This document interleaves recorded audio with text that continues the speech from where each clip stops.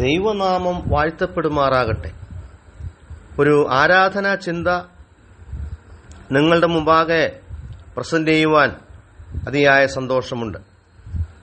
40-ാം സങ്കീർത്തനത്തിന്റെ 6, 7, 8 വാക്യങ്ങൾ നമുക്ക് വായിക്കാം.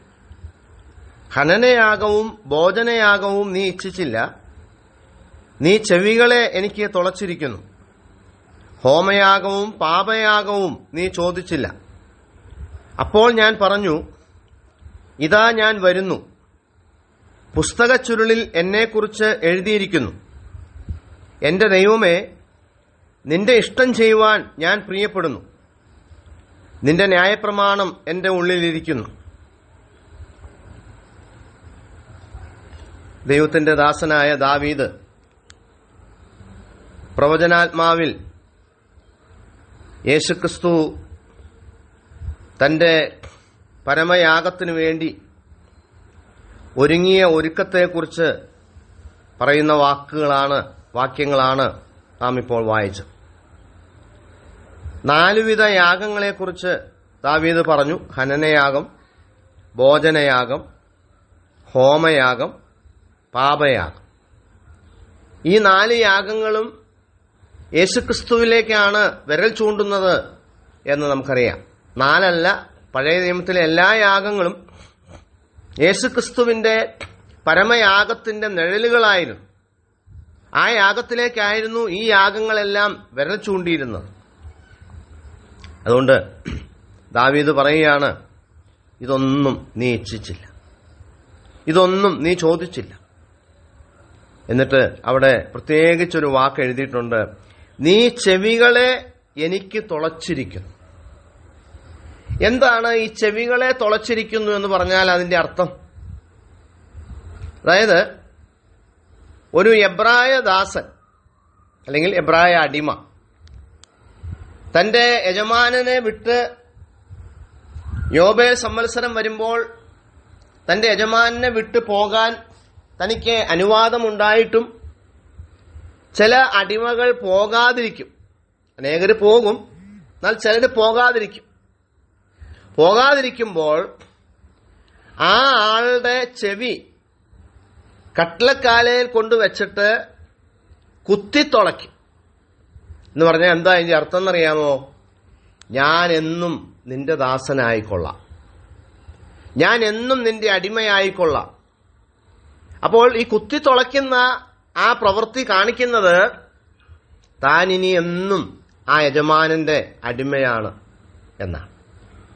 പ്രിയരെ, നമുക്കിന്ന് രാവിലെ ചിന്തിക്കുവാനായിട്ടുള്ളത്, വാസ്തവത്തിൽ ആ അടിമകളെല്ലാം കർത്താവ് അടിമയായി തന്നെ സമർപ്പിക്കുന്ന ആ കാര്യത്തിലേക്കാണ് വിരൽ ചൂണ്ടിയത് എന്ന് നമുക്ക് കാണുവാൻ കഴിയും. കർത്താവായിരുന്നു ശരിക്കും ആ അടിമ. കർത്താവ് തന്നെ ദൈവഹിതത്തിനായി സമർപ്പിക്കുന്ന കാര്യമാണ് ഇവിടെ നമുക്ക് കാണുവാനായിട്ട് കഴിയുന്നത്.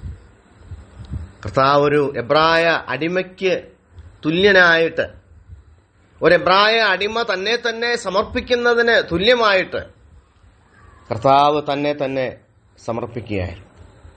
എന്നിട്ട് കർത്താവ് എന്താ പറഞ്ഞു? അപ്പോൾ ഞാൻ പറഞ്ഞു, 7-ാം വാക്യം, ഇതാ ഞാൻ വരുന്നു, പുസ്തകച്ചുരുളിൽ എന്നെക്കുറിച്ച് എഴുതിയിരിക്കുന്നു. എന്റെ ദൈവമേ, നിന്റെ ഇഷ്ടം ചെയ്യുവാൻ ഞാൻ പ്രിയപ്പെടുന്നു. എനിക്കവിടെ 2 പ്രയോഗങ്ങളാണ് ഇഷ്ടപ്പെട്ടത്. 1, ഇതാ ഞാൻ വരുന്നു. 2, നിന്റെ ഇഷ്ടം ചെയ്യാൻ ഞാൻ പ്രിയപ്പെടുന്നു. ഞാൻ ചോദിക്കട്ടെ, എങ്ങോട്ടാ വരുന്നത്? ഭൂമിയിലേക്ക്. ഞാൻ ഭൂമിയിലേക്ക് പോകുകയാണ്, അല്ലെങ്കിൽ വരികയാണ്.